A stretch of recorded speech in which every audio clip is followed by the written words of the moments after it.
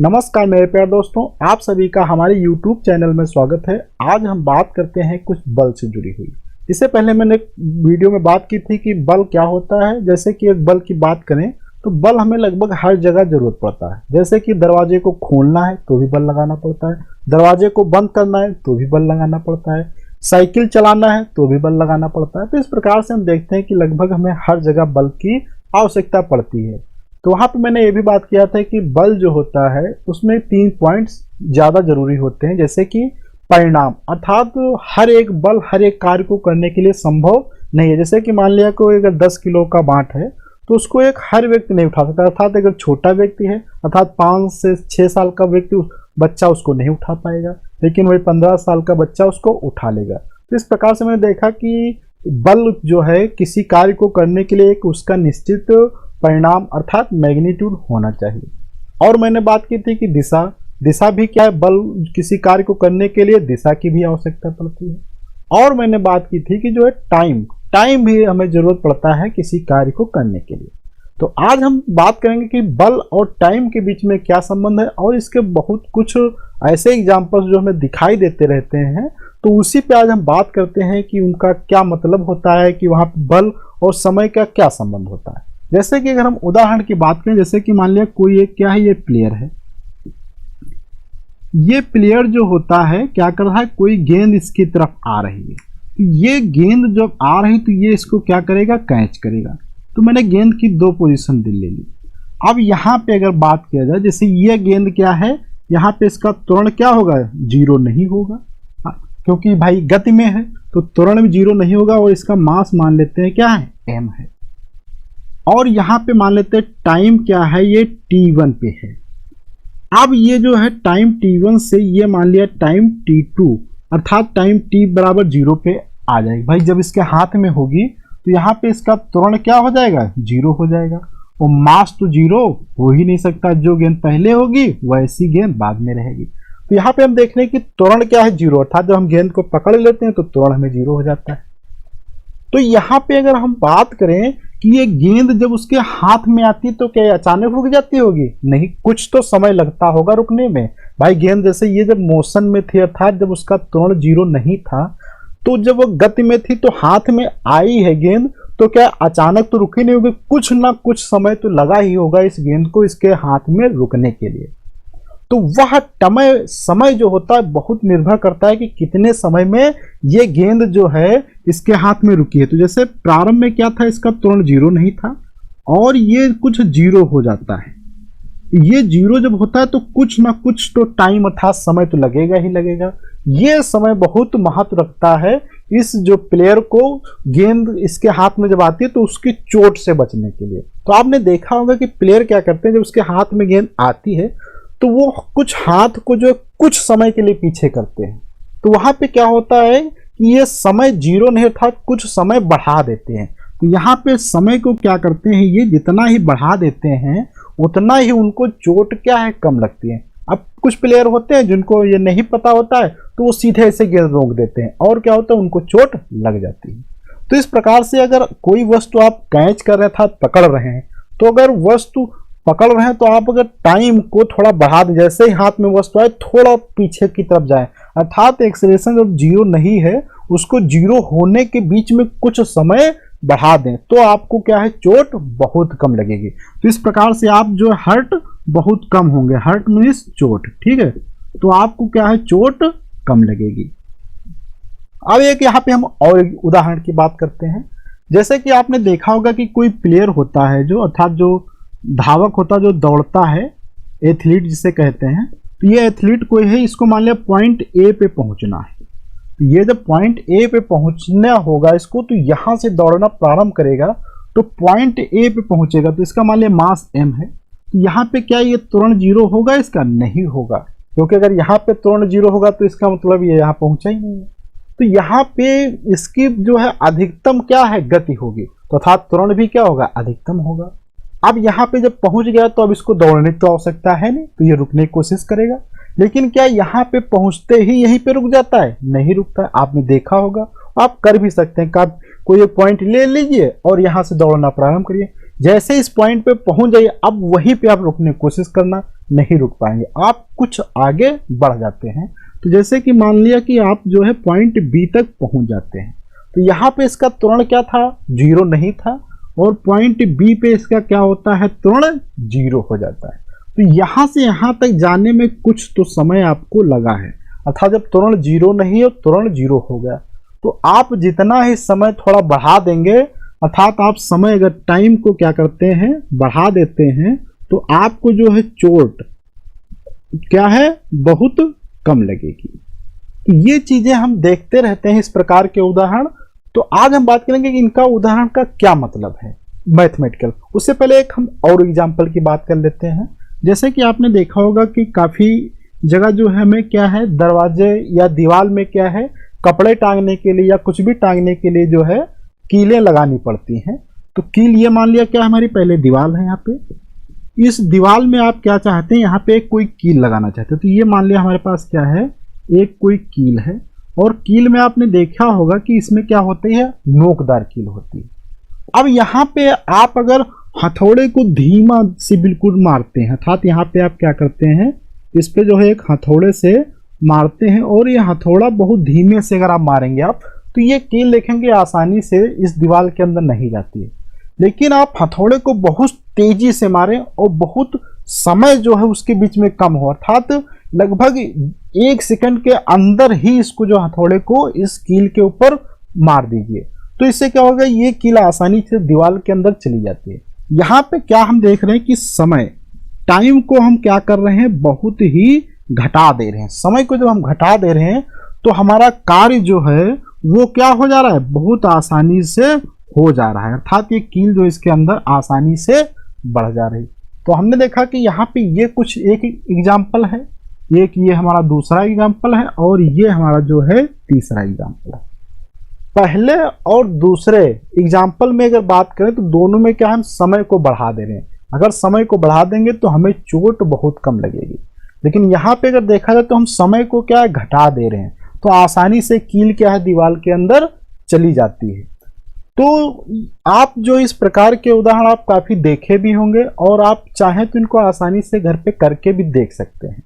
तो यहाँ पे जो एक क्वांटिटी है समय, और एक बल, क्योंकि ये त्वरण, और ये क्या है, हमारा त्वरण है, और ये इसका अगर मास है गेंद का, तो हम जानते हैं कि F अर्थात फोर्स या बल, बात एक ही होती है। तो बल बराबर क्या होता है, मास गुले इसका जो है क्या, त्वरण। यही चीज क्या होती है, बल कहलाती है। तो जब भी हम जहाँ पे त्वरण की बात करें, इसका मतलब वहां पे क्या है, बल।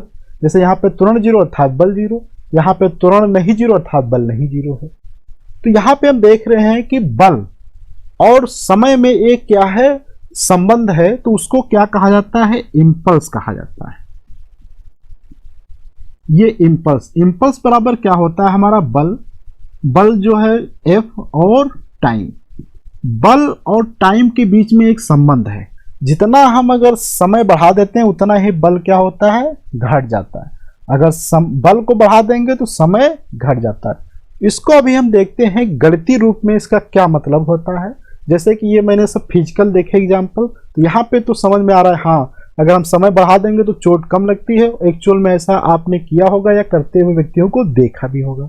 अब इसका हम गणितीय रूप देखते हैं कि इसका क्या मतलब होता है, और इस चीज को कैसे गणितीय रूप में लिखा जाए, ये जो भी घटनाएं हो रही। अब हम बात करते हैं कि इंपल्स अर्थात आवेग जो है, इसकी क्या परिभाषा होती है। उससे पहले हम कुछ एक एग्जाम्पल की बात करते हैं। जैसे कि ये क्या है, हमारी बैट है, और इस बैट के द्वारा जो इस गेंद पे बल लगाया जाना है, ठीक है। अर्थात बैट, अर्थात जो क्रिकेटर होता है वो क्या करता है, गेंद पे बैट मारता है। तो उसका हमने ग्राफ यहाँ पे ड्रा करते हैं। तो ये मान लिया बल है, ये टाइम। तो देखो ये मैं दिखा रहा हूँ कि बल क्या है, 0 अभी चल रहा है। अर्थात बैट जब गेंद को छूती है उससे पहले क्या फोर्स क्या 0 रहता है। जैसे ही बैट जो है गेंद पे लगती है उस समय बल क्या होता है, बहुत अधिक हो जाता है। तो जैसे मैंने यहाँ पे बल आपको दिखाया, बहुत अधिक हो जाता है। फिर उसके बाद क्या है, फिर बल जो है बैट के द्वारा क्या होता है, 0 है। तो ये बल जो है F, यहाँ पे F मैंने जो दिखाया ये क्या है, due to bat on the ball. तो ये बैट के द्वारा जो बॉल पे गेंद है उसको मैंने दिखाया है कि ऑन द बल। तो यहाँ पे ये ग्राफ आपको रिप्रेजेंट करा कि बहुत कम समय के लिए ही ये जो बल हमारा कार्य करता है। तो ये जो बल F और गुणे डेल्टा टी का अगर मल्टीप्लाई कर देते हैं तो इसे ही क्या कहा जाता है, इम्पल्स कहा जाता है, और इसे I से भी लिखा जाता है। तो यहां से आपको एक चीज समझ में आती है कि इम्पल्स बहुत कम समय के लिए कार्य करता है, अर्थात बल बहुत ज्यादा। यहाँ पे आप देख रहे हैं बल बहुत ज्यादा लग रहा है और उस समय क्या है, बहुत कम है। तो इसी के अगर डिफिनेशंस की बात करें तो जब एक कोई बल जो होता है, बहुत ज्यादा बल जो होता है और बहुत कम समय के लिए काम करता है, तो उसे ही क्या कहा जाता है, इम्पल्स कहा जाता है। अब अगर हम इम्पल्स की परिभाषा की बात करें तो इस अर्थात यूनिट्स की, तो यूनिट्स इसकी क्या होती है, न्यूटन सेकेंड या केजी मीटर पर सेकेंड होती है। और डायमेंशंस की बात किया तो इसकी डायमेंशंस क्या होती है, एम एल टी माइनस 1 होती है।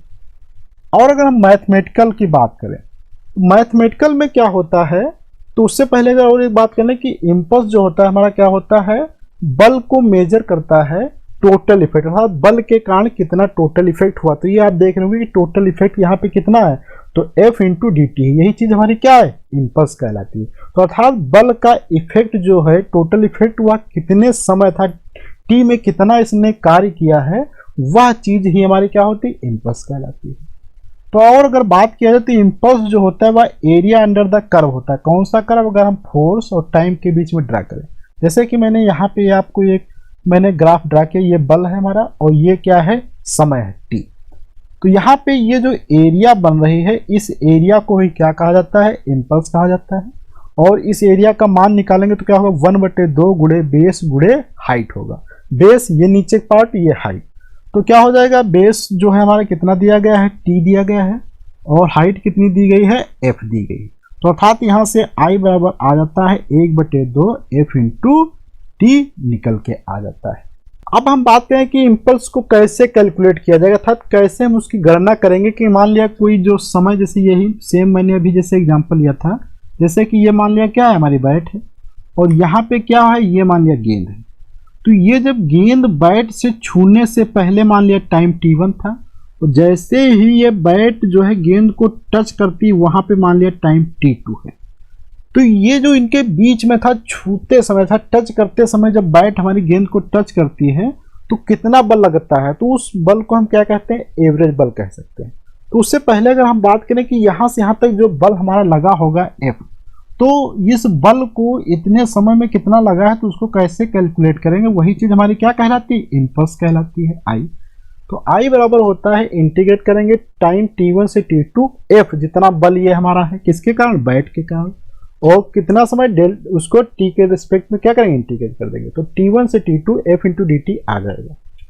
अब अगर हम बात करें कि ये जो बल हम यहाँ पे लगा रहे हैं, अगर ये बल मान लिया F एवरेज दिया गया है, तो एवरेज बल दिया गया है, तो हम यहाँ से क्या करते हैं, t1 से t2 तो ऐसे ही लिखा रह देंगे, F के स्थान पे F एवरेज हो जाएगा इंटू डी टी हो जाएगी।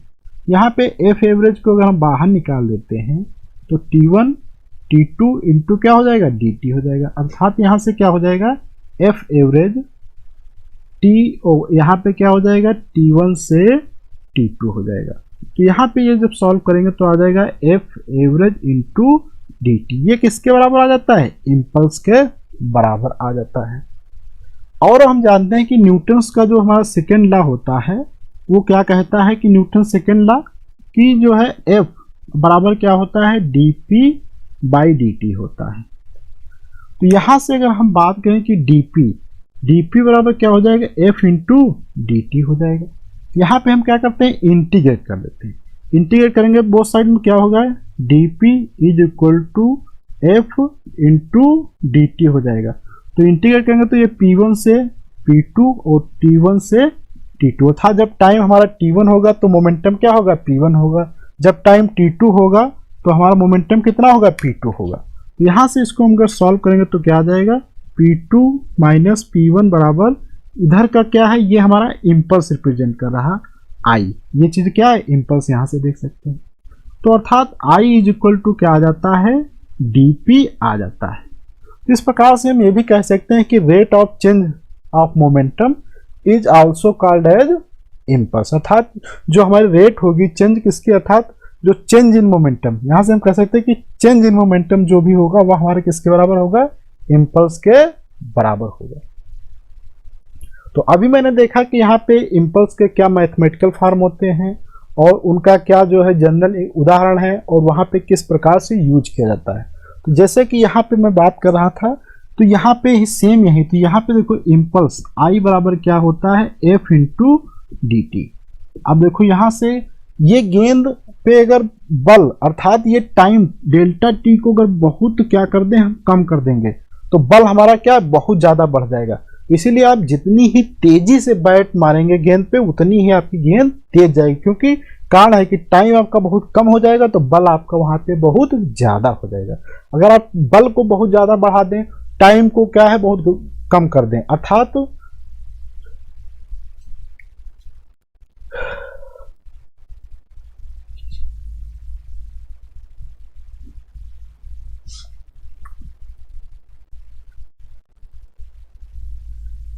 अब हम अगर बात करें कि न्यूटन सेकेंड लॉ क्या होता है, तो जैसे कि न्यूटन अगर सेकेंड लॉ की बात किया जाए तो सेकेंड लॉ क्या होता है हमारा, F is equal to d p by d t होता है।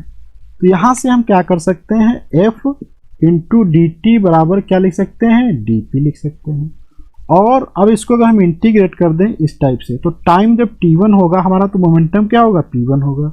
जब टाइम हमारा t2 होगा तो मोमेंटम क्या होगा, p2 होगा। तो यहाँ से अगर हम सॉल्व करते हैं तो ये पार्ट आपको दिखाई दे रहा होगा, इस तरफ का क्या है, आई है। तो आई इज इक्वल टू क्या आ जाता है, P2 माइनस P1, अर्थात आई बराबर आ जाता है dP आ जाता है। यहाँ से हम कह सकते हैं कि चेंज इन मोमेंटम जो है वो हमारा क्या कहलाता है, इम्पल्स अर्थात आई कहलाता है। अब अगर हम यहाँ पे बात करें जैसे कि इस मैथमेटिकल फॉर्म का क्या संबंध है, तो इसका मीनिंग क्या है इसकी अगर बात करें, जैसे कि यहाँ पे गेंद पे ही सेम आ जाते हैं। जैसे कि F बराबर अर्थात I बराबर दिया गया है F into del time t. तो यहाँ से देखो अगर हम टाइम डेल्टा टी अर्थात टाइम को क्या कर दें, बहुत कम कर दें अर्थात घटा देते हैं, तो टाइम को जब घटा देंगे तो ये बल क्या होगा, बहुत बढ़ जाएगा, क्योंकि इन दोनों चीजों का प्रोडक्ट क्या है, आई के बराबर है। तो आई तो सेम रहेगा, तो एफ क्या है, या तो बहुत ज्यादा कर सकते हैं या टी को बहुत ज्यादा कर सकते हैं। तो एक चीज को बढ़ाएंगे तो दूसरी चीज क्या है, घट जाएगी, क्योंकि इनका प्रोडक्ट क्या है, एक क्वांटिटी के बराबर है। तो यहाँ पे देखो अगर हम टाइम टी को बहुत कम कर दें तो बल क्या होगा, बढ़ जाएगा। तो इसलिए आपने देखा होगा कि अगर बॉल पे जो है गेंद पे अगर हम बैट को बहुत तेजी से मारते हैं तो गेंद हमारी काफी दूरी तक जाती है, क्योंकि वहां पे क्या है, टाइम कम होता है तो बल ज्यादा लग जाता है।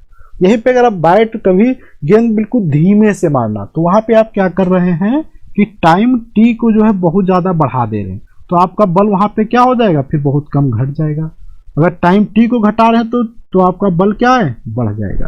तो इस प्रकार से इन चीजों को हम आसानी से समझ सकते हैं।